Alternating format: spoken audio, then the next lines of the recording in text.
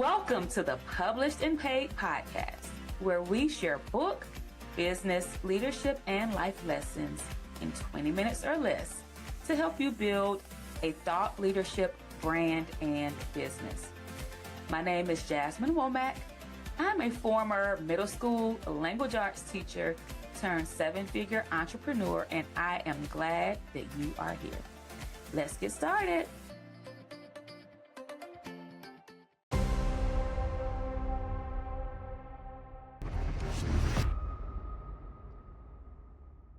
So many of my colleagues, or now former colleagues, so many people quitting their businesses and stopping and, going back to get jobs. And I don't have anything against people who work a job. I tell most people, keep your job and work your business on the side. But I've seen people just totally shut everything down.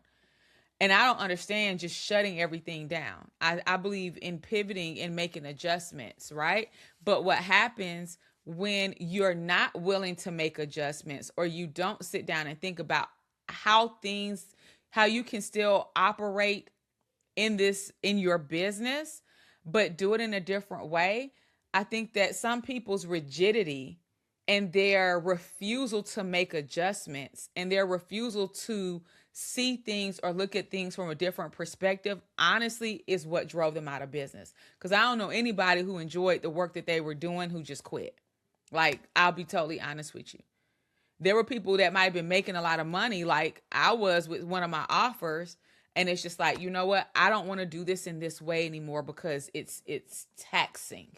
So I'm still going to do this, but let me find a different way to do this. Let me find a different way to serve my clients and do it in a way in which I'm not exhausted and I'm still honoring myself.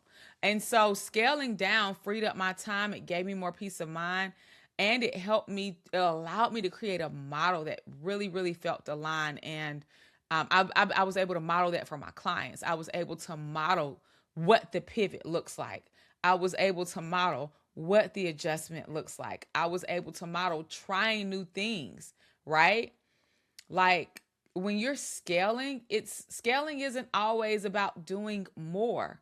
Sometimes scaling is doing what's right and just building with wisdom and building with what feels right.